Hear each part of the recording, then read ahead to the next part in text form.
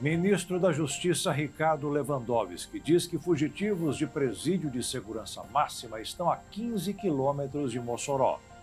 Risco de ciclones coloca São Paulo e Rio de Janeiro em alerta máximo. Começou hoje uma nova fase do programa Desenrola para a renegociação de dívidas atrasadas. Ex-presidente Jair Bolsonaro enviou R$600 mil para o exterior logo depois de perder as últimas eleições. Juiz de Nova York marcou o julgamento criminal do ex-presidente Donald Trump por acusação de tentativa de suborno. Presidente Lula criticou a ação do Hamas e também de Israel e ouviu defesa da criação de um Estado palestino. Supermercados já estão com prateleiras lotadas de ovos de Páscoa e de panetones que sobraram do Natal. E um estudo revelou que aprender a tocar um instrumento musical faz bem para o cérebro. Agora no Jornal das 22.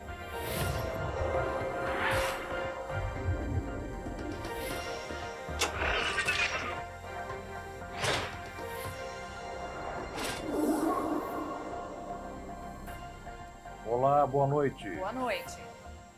O ministro da Justiça, Ricardo Lewandowski, anunciou hoje uma série de mudanças nos presídios federais de segurança máxima.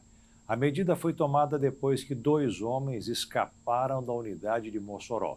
Segundo o ministro, eles não devem ter ido muito longe e, por isso, as buscas foram intensificadas.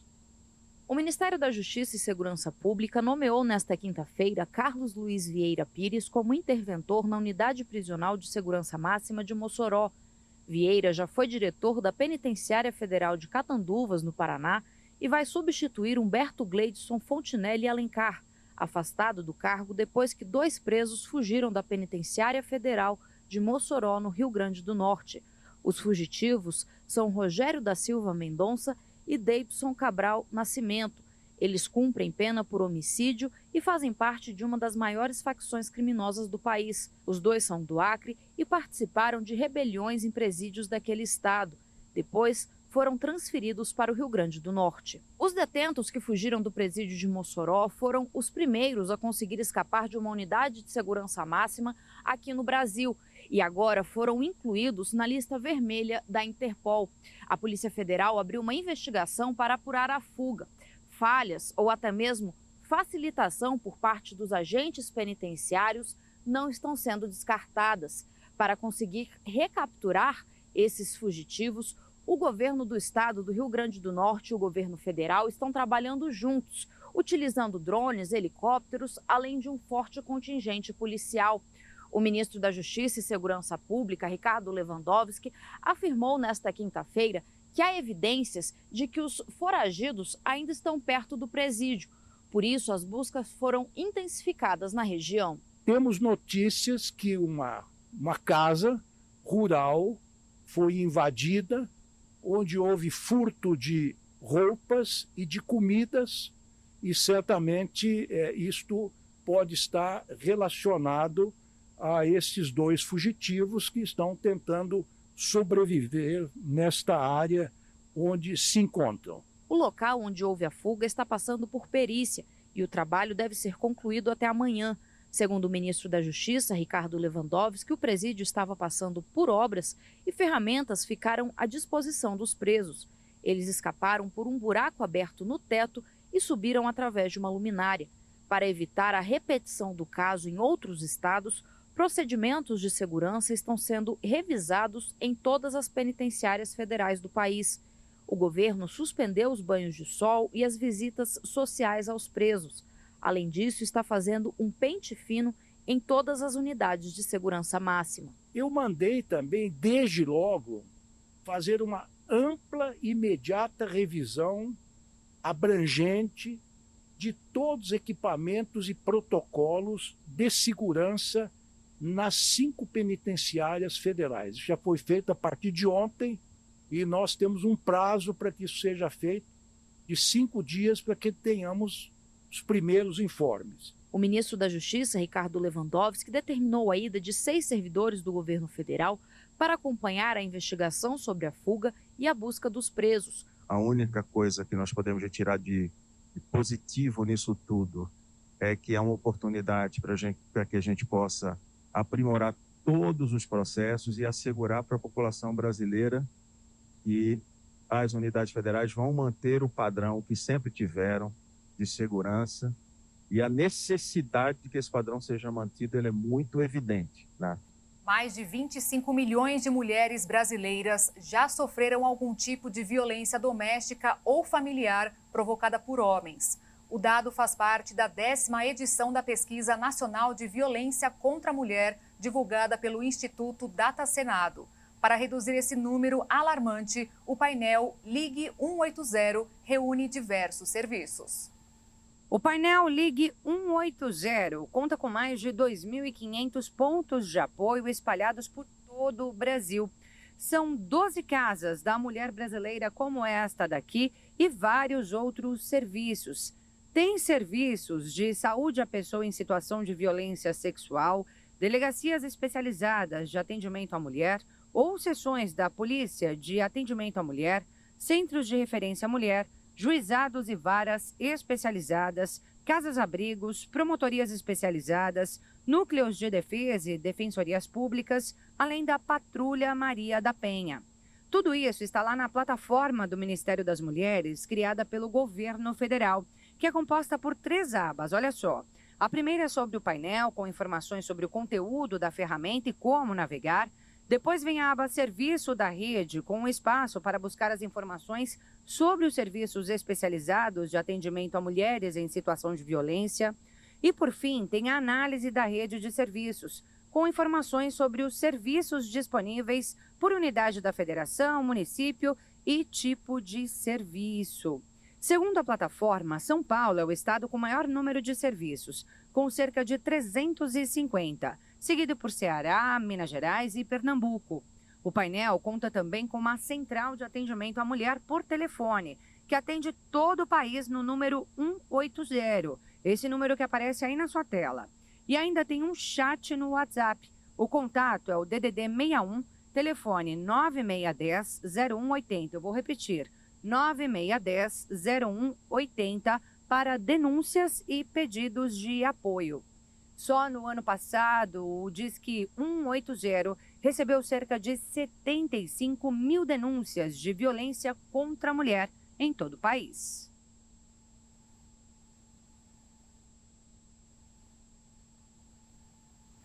Os estados do Rio de Janeiro e de São Paulo estão sob alerta vermelho meteorológico para fortes chuvas nos próximos dias. O Instituto Nacional de Meteorologia chama a atenção para a formação de ciclone no litoral norte paulista e na costa verde do estado do Rio. O aviso foi emitido para o sul fluminense, o norte paulista, no Vale do Paraíba e a região metropolitana do Rio de Janeiro. O alerta meteorológico máximo sinaliza grande perigo nas localidades indicadas. De acordo com o IMET, o fenômeno deve provocar chuva intensa no litoral norte de São Paulo e na região metropolitana do Rio de Janeiro, elevando o risco de enchentes e deslizamentos de terra. O órgão alerta que o ciclone pode se deslocar para a região do litoral paranaense. Segundo o Instituto Nacional de Meteorologia, o estado de Minas Gerais também pode ser afetado pelos temporais. Na última terça-feira, o estado de São Paulo foi atingido por chuvas fortes, que provocaram alagamentos em cidades da região metropolitana e do interior. Em Bauru, no centro-oeste do estado, houve alagamentos e enxurrada. Já em Itapevi, na Grande São Paulo, veículos ficaram submersos e as ruas intransitáveis. O IMET orienta os moradores de regiões afetadas por temporais a desligarem aparelhos elétricos da tomada e quadro geral de energia. É bom sempre colocar documentos e objetos de valor em sacos plásticos. Em caso de situação de grande perigo confirmada, o cidadão deve procurar abrigo e evitar permanecer ao ar livre ou embaixo de árvores. Buscar mais informações na Defesa Civil do município pelo telefone 199 e solicitar a ajuda do Corpo de Bombeiros Militar pelo telefone 193. Subiu para 11 o número de mortes causadas pela dengue no estado de São Paulo. Os dados são apenas desse ano e os registros de novos casos não param de subir. Até agora, mais de 50 mil já foram confirmados. 8 cidades paulistas registraram óbitos pela doença durante esses primeiros 2 meses do ano. Mas, segundo a Secretaria Estadual da Saúde, a região centro-oeste merece um pouco mais de cuidado. Por lá foram registradas 3 mortes, e os alvos foram as cidades de Marília e Pederneiras. Esse número indica que quase 30% dos casos fatais da doença ocorreram na região. No total, desde o início do ano, foram cerca de 51 mil casos confirmados no estado. O número indica um aumento de 1000% em relação ao mesmo período do ano passado, mas o número deve aumentar, até porque existem outras 40 mil suspeitas de casos positivos. Justamente por isso, o estado teve que redobrar a atenção e tomar iniciativas para conter este avanço. Cerca de 80 mil doses da vacina contra a dengue foram levadas hoje para Mogi das Cruzes, na região metropolitana de São Paulo. Elas serão distribuídas em 11 cidades do estado. Desde a semana passada, os imunizantes estavam parados num centro de distribuição e logística. A Secretaria Estadual da Saúde afirmou que esse tempo foi para alinhar o processo de retirada dos imunizantes e elaborar um plano de treinamento para que a vacinação aconteça. Essas informações serão repassadas pela pasta amanhã. Eles explicarão para as prefeituras como deverá ser a vacinação em cada município. Logo depois, as doses poderão ser retiradas, mas o calendário de aplicação ficará por conta dos próprios municípios. E os casos assintomáticos da doença têm preocupado especialistas. A estimativa é que quase metade dos infectados por dengue não apresente nenhum sintoma, o que consequentemente faz aumentar as subnotificações. A estimativa de especialistas é de que os casos assintomáticos de dengue representem, em média, entre 30% e 50% do total de infectados no país. São pessoas que foram picadas pelo mosquito Aedes aegypti, mas não apresentam sintomas. Como aparentam estar bem, não procuram o sistema de saúde e nem aparecem nas estatísticas oficiais de casos notificados. A preocupação é porque, mesmo sem sintomas, esses infectados podem ajudar a expandir a doença, já que podem ser picados pelo mosquito que se infecta e transmite para outras pessoas. De acordo com a Sociedade Paulista de Infectologia, os profissionais também devem ficar atentos, pois há casos de pacientes que apresentam somente um sintoma, como a febre, por exemplo, algo mais comum em crianças e adolescentes. Esses quadros pedem uma avaliação mais criteriosa, especialmente se a pessoa mora em uma área com alto índice de transmissão. Quem deseja saber se já teve dengue em algum momento do passado e ficou assintomático, pode fazer um exame sorológico que detecta anticorpos. Hoje existem 4 sorotipos e a imunidade é adquirida somente contra aquele pelo qual a pessoa foi infectada, ficando ela sujeita aos demais. A reinfecção ainda pode se apresentar da forma mais grave. Uma alternativa para eliminar o risco de um segundo episódio da doença ser pior é tomar vacina. Mas como o imunizante ainda não está disponível para todos na rede pública, a recomendação é manter os cuidados básicos contra a doença, como eliminar criadouros do mosquito, usar repelentes, dar preferência a calças e blusas de manga comprida, colocar telas em janelas ou mosqueteiros, por exemplo. Vale lembrar que estamos no verão e que as altas temperaturas, os períodos de chuva característicos da estação, favorecem a proliferação do mosquito, o que requer um cuidado redobrado. E veja a seguir, começou hoje uma nova fase do programa Desenrola para renegociação de dívidas atrasadas. E ainda, ex-presidente Jair Bolsonaro enviou R$600 mil para o exterior logo depois de perder as últimas eleições.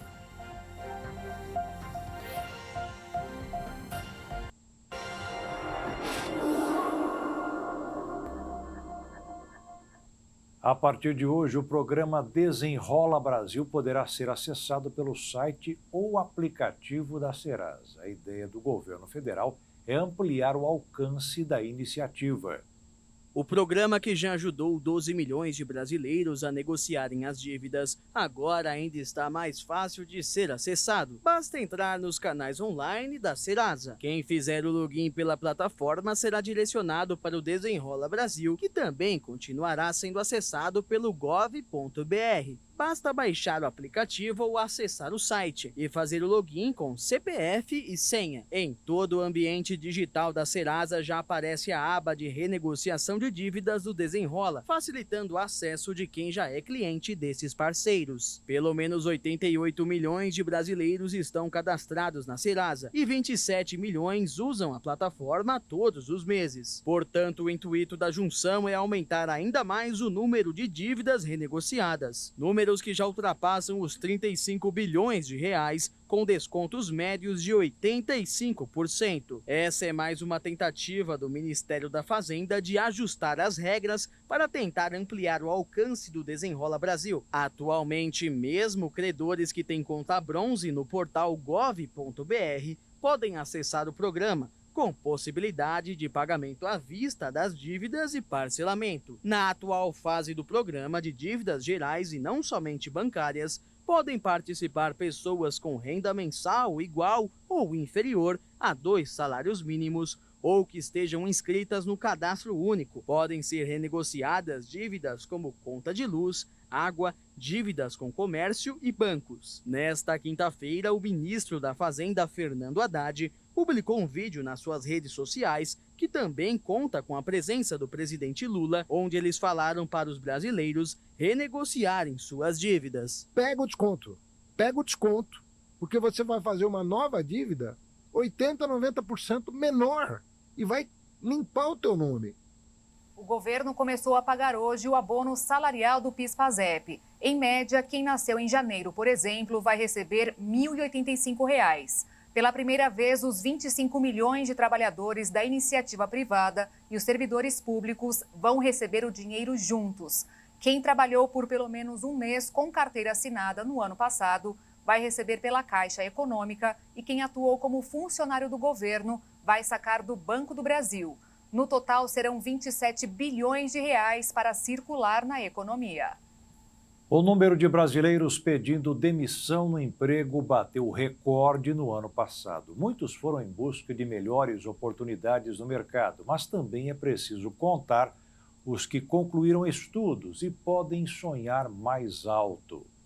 As demissões voluntárias, aquelas feitas a pedido do próprio trabalhador, cresceram no Brasil e atingiram a marca de 7 milhões no último ano. Segundo economistas, a alta se deve a mais pessoas indo para empregos alinhados às expectativas pessoais, mais jovens no mercado de trabalho e a metodologia do novo Cadastro Geral de Empregados e Desempregados.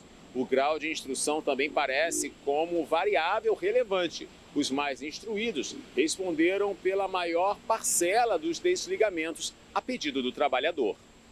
Um levantamento feito pela LCA Consultores mostra que no país foram mais de 21 milhões de demissões, sendo 7,3 milhões a pedido do trabalhador, o que equivale a 34% do total, um aumento de quase 1 milhão em relação a 2022. Ainda segundo a pesquisa, pessoas com maiores qualificações são as que mais pedem demissão, o que indica que o nível de instrução pode ter peso importante na hora de negociar o emprego. O estado de Santa Catarina lidera a lista proporcional, com mais de 45% de todas as demissões feitas a pedido do empregado. Na sequência, vem o Mato Grosso do Sul e Mato Grosso, enquanto Bahia e Pernambuco dividem a última posição do ranking. Em questão de volume, São Paulo registra os números mais expressivos. Só no ano passado, mais de 6 milhões de pessoas foram demitidas no estado, sendo quase a metade por vontade própria.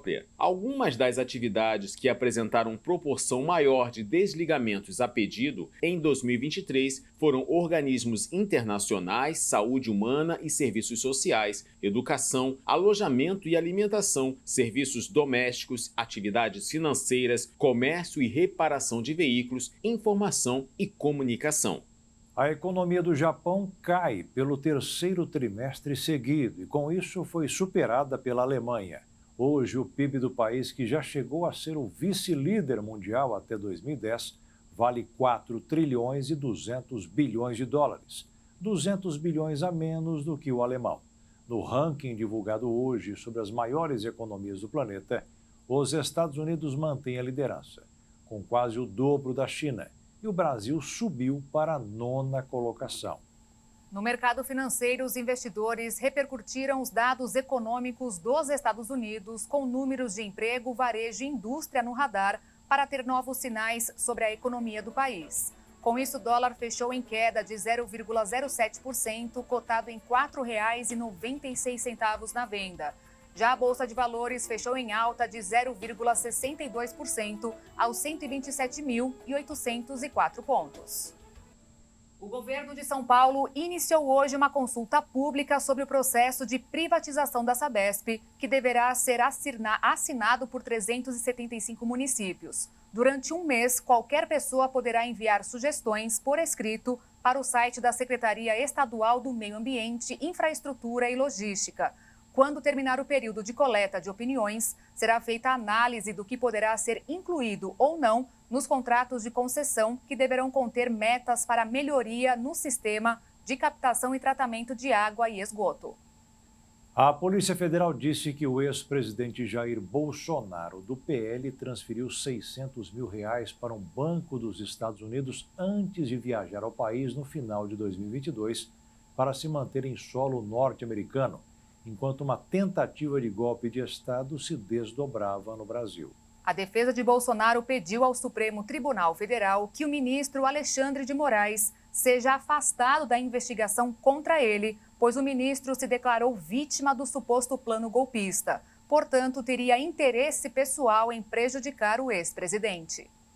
O pedido da defesa de Bolsonaro faz parte da estratégia montada pela equipe para descredibilizar as acusações. O argumento utilizado para pedir o afastamento de Moraes foi de que o nome do ministro aparece em documentos que servirão como base para a busca e apreensão e medidas cautelares como vítima central das supostas ações que estariam sendo objeto da investigação. Além do afastamento, os advogados também pediram que todos os atos praticados por Moraes até o momento sejam considerados nulos. A defesa cita também o pedido de prisão contra Marcelo Câmara, ajudante de ordens de Bolsonaro, como um dos elementos que ajudam a sustentar a tese de suspeição do ministro.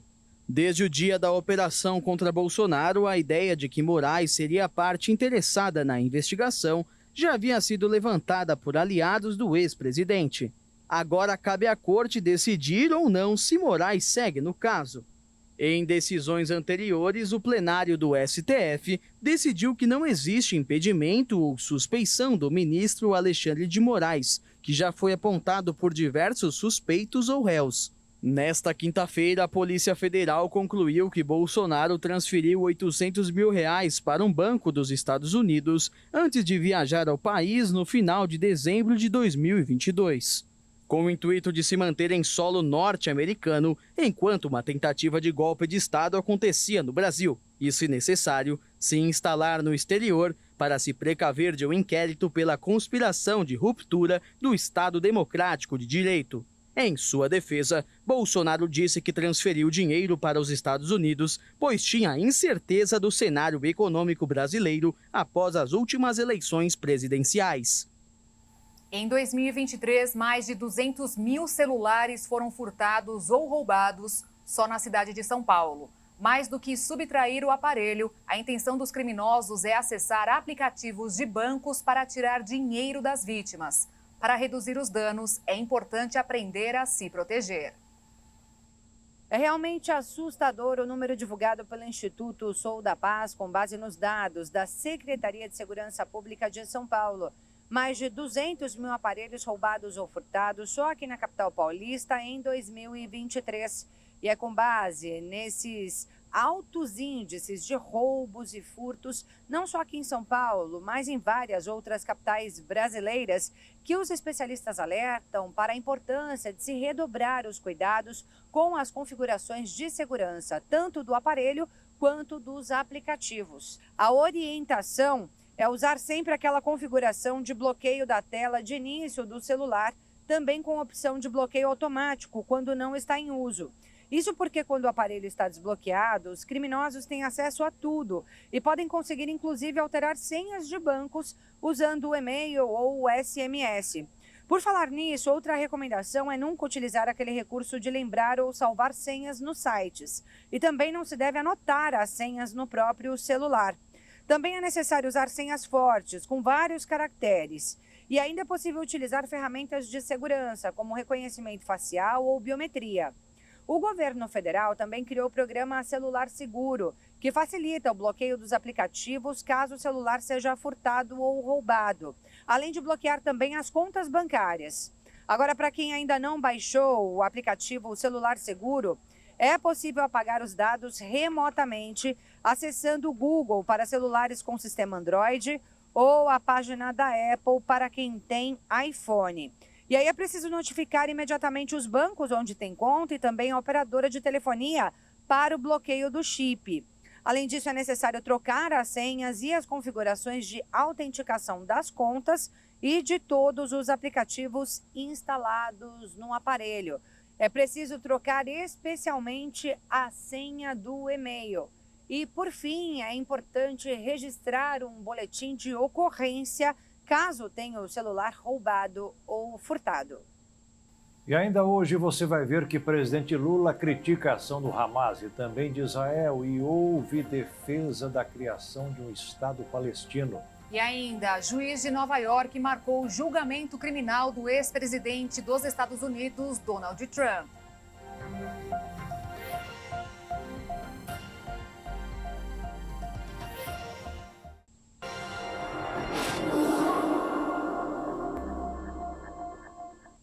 O presidente da República criticou hoje a atuação dos terroristas do Hamas na guerra com Israel e também o governo israelense pela matança de mulheres e crianças. Lula também manifestou apoio à criação de um Estado palestino e assinou acordos com os egípcios. O presidente Lula se encontrou hoje com o presidente do Egito, Abdel Fattah al-Sisi, e assinou uma série de acordos de cooperação. Entre os atos formalizados, Brasil e Egito assinaram um protocolo para facilitar a exportação de carnes, além de um termo de cooperação nas áreas de ciência e tecnologia. O acordo de cooperação para exportação de carnes cria um sistema de equivalência para inspeção sanitária entre os dois países, o que deve agilizar a comercialização de carnes bovinas, suínas, além de aves. Já na área de ciência e tecnologia, o acordo prevê maior integração entre universidades e empresas e garante mais oportunidade de intercâmbio e desenvolvimento para pesquisadores e estudantes em diversos segmentos. Nesta quinta, o presidente Lula também participou de uma reunião do Conselho de Representantes da Liga Árabe. Lula condenou o ataque do Hamas, mas também disse que a reação de Israel foi desproporcional e que a maioria das vítimas são mulheres e crianças. Na declaração feita à imprensa, os presidentes do Brasil e do Egito defenderam um cessar-fogo, além da instalação de um Estado palestino com Jerusalém como capital. Lula também agradeceu a ajuda das autoridades egípcias para resgatar os brasileiros que estavam em Israel e na faixa de Gaza e defendeu uma reforma no Conselho de Segurança da ONU para que os países que integram o grupo sejam pacifistas e não fomentem guerras. O Brasil foi um país que condenou de forma veemente a posição do Hamas no ataque a Israel e ao sequestro de centenas de pessoas. E nós condenamos e chamamos o ato de ato terrorista.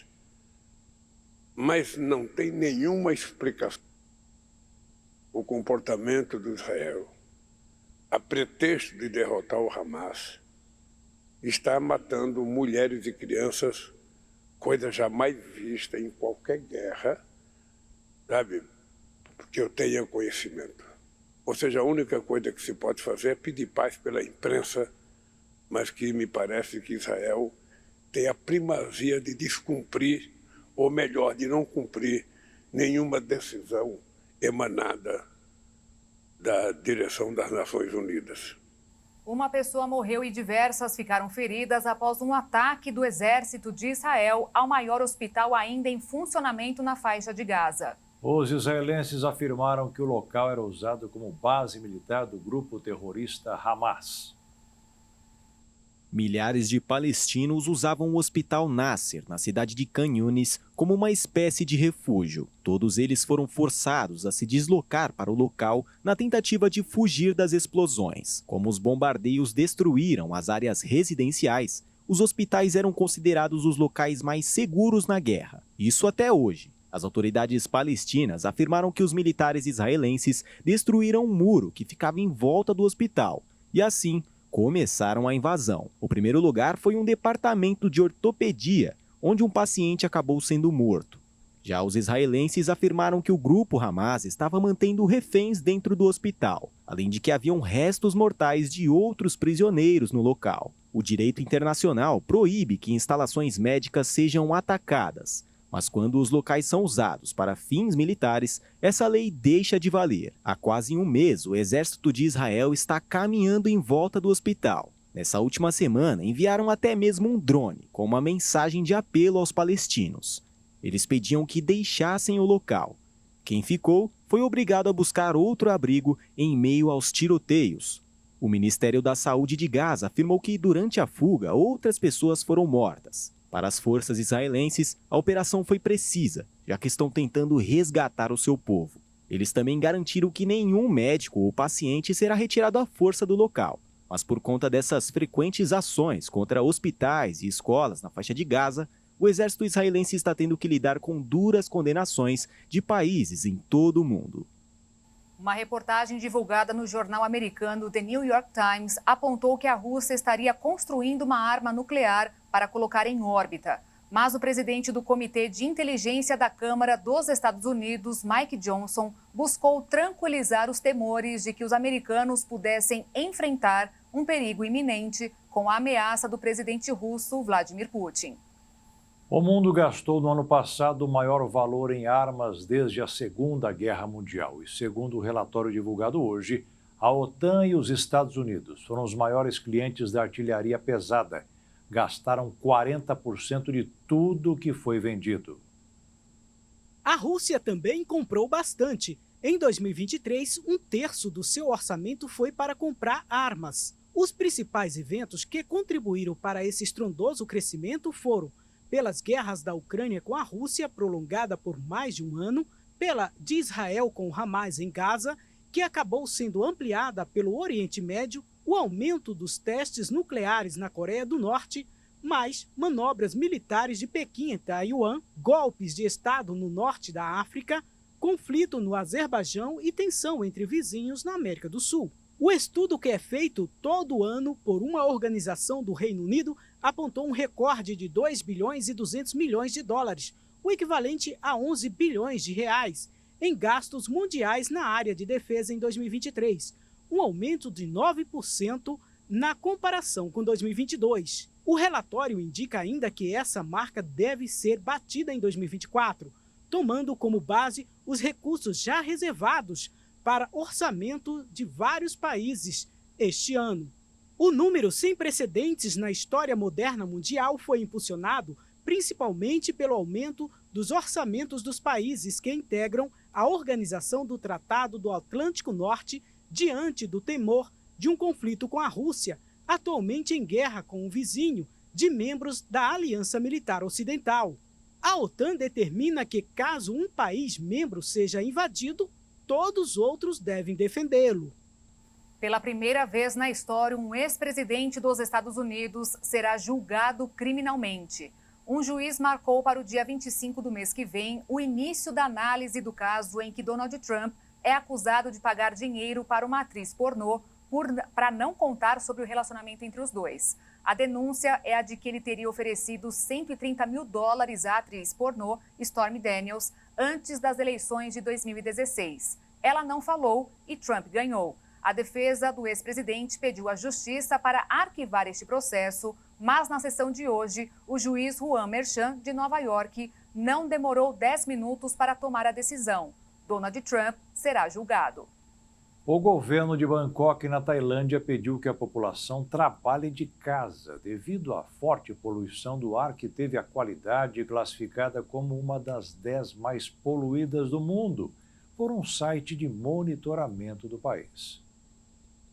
As autoridades locais pediram a cooperação das empresas para evitar que os trabalhadores da cidade de 11 milhões de habitantes fiquem expostos a esta onda de poluição. O site de monitoramento da qualidade do ar, iCare, colocou Bangkok entre as 10 cidades mais poluídas do mundo na manhã de quinta-feira. Os níveis de partículas perigosas foram 15 vezes superiores ao máximo recomendado pela Organização Mundial da Saúde. A qualidade do ar na Tailândia geralmente se deteriora nos primeiros meses do ano, devido à fumaça da queima de restos das colheitas, o que aumenta as emissões industriais e veiculares. Bangkok e a cidade de Chiang Mai, no norte, estão entre as mais poluídas do mundo em vários dias do ano.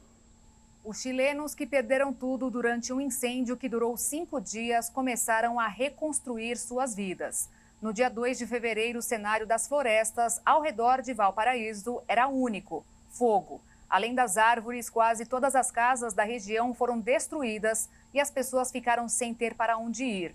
Agora, com a ajuda dos bombeiros, que também apagaram as chamas, os desabrigados decidiram se unir e atender ao chamamento de Brenda Bustos, de 28 anos, de que eles são uma equipe e vão ter casas até mais bonitas.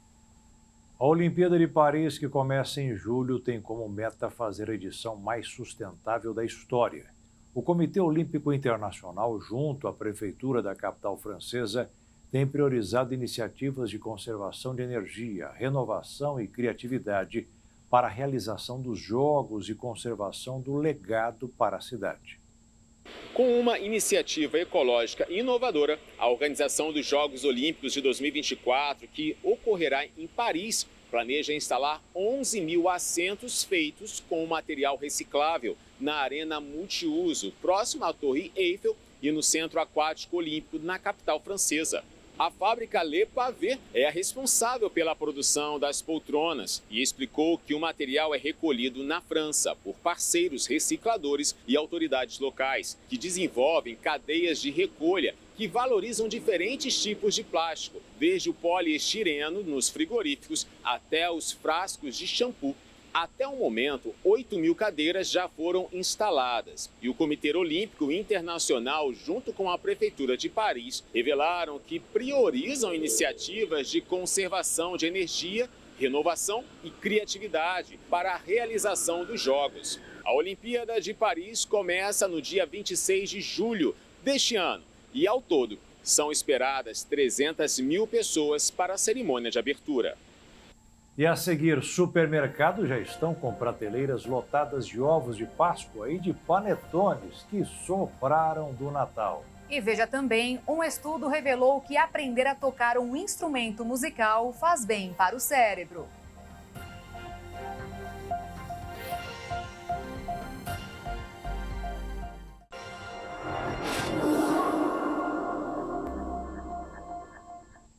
Três milhões de alunos voltaram às aulas nas escolas estaduais de São Paulo nesta quinta-feira e tem novidades na matriz escolar de boa parte dos estudantes. A novidade este ano chega para os alunos da última etapa do ensino fundamental, que agora terão aulas de educação financeira, mais aulas de tecnologia e inovação e orientação para estudos.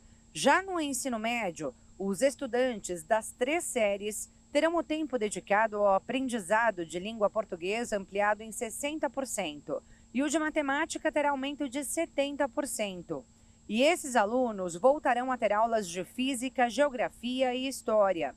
Outra mudança, de acordo com o governo do estado de São Paulo, é que os professores de língua portuguesa contarão com o apoio da inteligência artificial para a correção de textos feitos na plataforma Redação Paulista. Agora, outra informação importante é que ainda há vagas na rede para aqueles estudantes que não se matricularam por qualquer razão, como, por exemplo, os que vieram de outro estado há pouco tempo e ainda não conseguiram se matricular em alguma escola.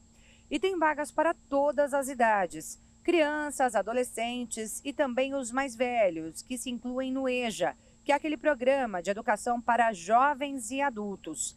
As matrículas devem ser feitas presencialmente em qualquer escola estadual ou nos postos do Poupa Tempo. Para se inscrever, é necessário estar com um RG, comprovante de residência e também o histórico escolar. E é claro que no caso dos menores de idade, quem precisa comparecer para fazer a matrícula são os pais ou responsáveis. Faltando 1 mês e meio para a Páscoa, os supermercados já estão preparados para atender os clientes. Além dos ovos de chocolate, não faltam panetones. Muitos sobraram do Natal. O ano ainda está bem no início, mas já é possível ver os supermercados com os famosos ovos de Páscoa. A questão é que, desta vez, parece que eles chegaram mais cedo.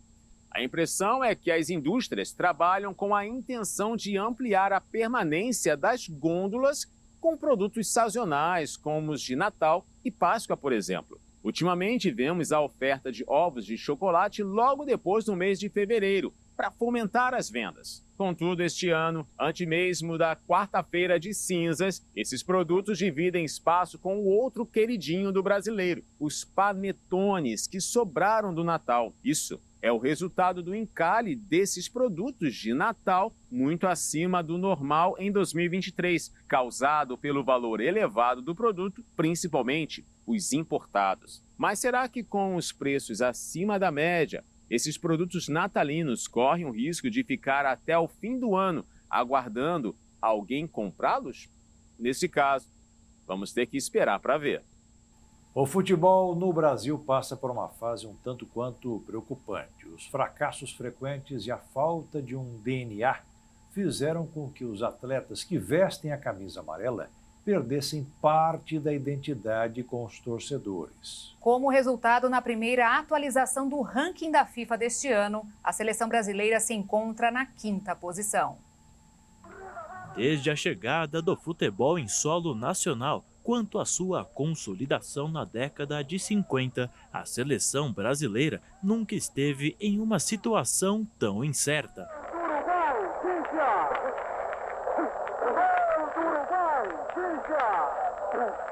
As apresentações desde a eliminação nas quartas de final da Copa do Mundo de 2018 para a Bélgica, até o último confronto contra a Argentina no Maracanã, pelas eliminatórias da Copa do Mundo de 2026, não empolgam os torcedores e levantam cada vez mais dúvidas sobre um possível hexacampeonato mundial.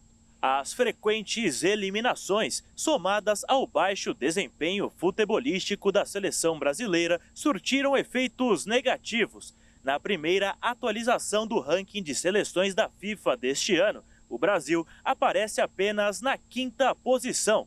Um lugar amargo para quem carregou ou carrega de certa forma até hoje o fardo de ser o país do futebol. Como as seleções europeias e sul-americanas não entraram em campo neste ano ainda, as únicas movimentações do ranking foram por conta das partidas disputadas na Copa Africana das Nações e na Copa da Ásia. Dessa forma, a lista é composta pela Argentina em primeiro lugar, com a França na sequência. Em terceiro, aparece a Inglaterra e na 4ª posição vem a Bélgica. As outras posições do ranking são seguidas por seleções de nome, como a Holanda, Portugal, Espanha, Itália e Croácia. Muitos atrelam os fracassos da seleção ao caos político que a CBF tem passado nos últimos anos. Outros acreditam que a própria safra de jogadores não é boa o suficiente para nos levarmos a um título mundial. No profissional, a direção da Confederação Brasileira de Futebol tomou decisões precipitadas e resultou em decepções, como as derrotas para Senegal e Marrocos. Veio assim o técnico Fernando Diniz, que se dividiu entre a seleção e o Fluminense, e engatamos uma sequência negativa sem precedentes nas eliminatórias da Copa do Mundo. Agora, Com a chegada de Dorival Júnior para o comando, um respiro pode acontecer. Mas essas dúvidas da torcida se expandem ainda mais após a eliminação da seleção brasileira no campeonato pré-olímpico. Como consequência, a derrota para a Argentina fez com que não aconteça uma participação brasileira nos Jogos, que se iniciam no dia 26 de julho deste ano. O futebol brasileiro precisa de cuidados. Não é de hoje que os problemas se somam aos montes. E uma coisa é fato: a camisa amarela, pentacampeã mundial, deve ser mais cuidada e respeitada com urgência. Imagina gastar milhões de reais para construir uma luxuosa mansão e do dia para a noite correr risco de desabar. Essa é a situação vivida na cidade de Sana Point, no estado da Califórnia, Estados Unidos. 3 mansões construídas sobre uma encosta ficaram próximas de um precipício após chuvas fortes acelerarem a erosão e provocarem deslizamentos de terra. Nessas imagens aéreas publicadas pela rede norte-americana ABC, é possível ver que parte da terra deslizou e se acumulou próximo do mar. Mesmo com as imagens impressionantes, funcionários do município que inspecionaram as propriedades não detectaram perigos imediatos. Os moradores, inclusive, também relataram que suas casas não haviam sido interditadas por estarem em segurança. No começo do mês, a Califórnia entrou em estado de emergência após tempestades provocarem inundações em vários pontos do estado. As chuvas deixaram pessoas ilhadas e milhares de casas ficaram sem energia elétrica. Pela primeira vez em 52 anos, os Estados Unidos lançaram um foguete em uma missão privada com apoio da NASA. Essa é a segunda vez que uma empresa privada tenta chegar à Lua este ano. O foguete Falcon 9 da SpaceX decolou 1h06 da manhã desta quinta-feira pelo horário local, 3h06 pelo horário de Brasília. A missão IM-1 da empresa Intuitive Machines pode ser a primeira de uma instituição não governamental a realizar uma alunissagem na Lua e pousar em sua superfície o primeiro robô norte-americano desde as missões Apollo. Diferente da missão de outra empresa que fracassou em janeiro, o módulo de alunissagem tem um novo tipo de motor de metano líquido e oxigênio super resfriado que fornece a potência para chegar rapidamente ao seu destino, evitando uma longa exposição à região de alta radiação ao redor da Terra, conhecida como Cinturão de Van Allen. De acordo com os executivos da empresa, essa é uma oportunidade para que os Estados Unidos retornem à Lua pela primeira vez desde 1972. Mesmo com atraso, a nave deve chegar até seu destino no dia 22 de fevereiro. O ponto de alunissagem será o Malapert A, uma cratera de impacto localizada a 300 quilômetros do Polo Sul lunar. A NASA espera estabelecer uma presença de longo prazo na Lua e coletar gelo para obter água potável e combustível para foguetes no âmbito do seu programa Artemis. A agência espacial norte-americana pagou 118 milhões de dólares, o equivalente a 586 milhões de reais, para que a Intuitive transportasse seus equipamentos científicos até o satélite natural, para ajudar a compreender de modo mais eficiente e mitigar os riscos ambientais para os astronautas.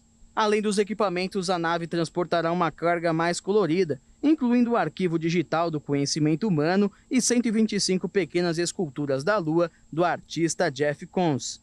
Após o pouso, as cargas devem operar por 7 dias antes do início da noite lunar no Polo Sul, quando o Odysseus ficará inoperante.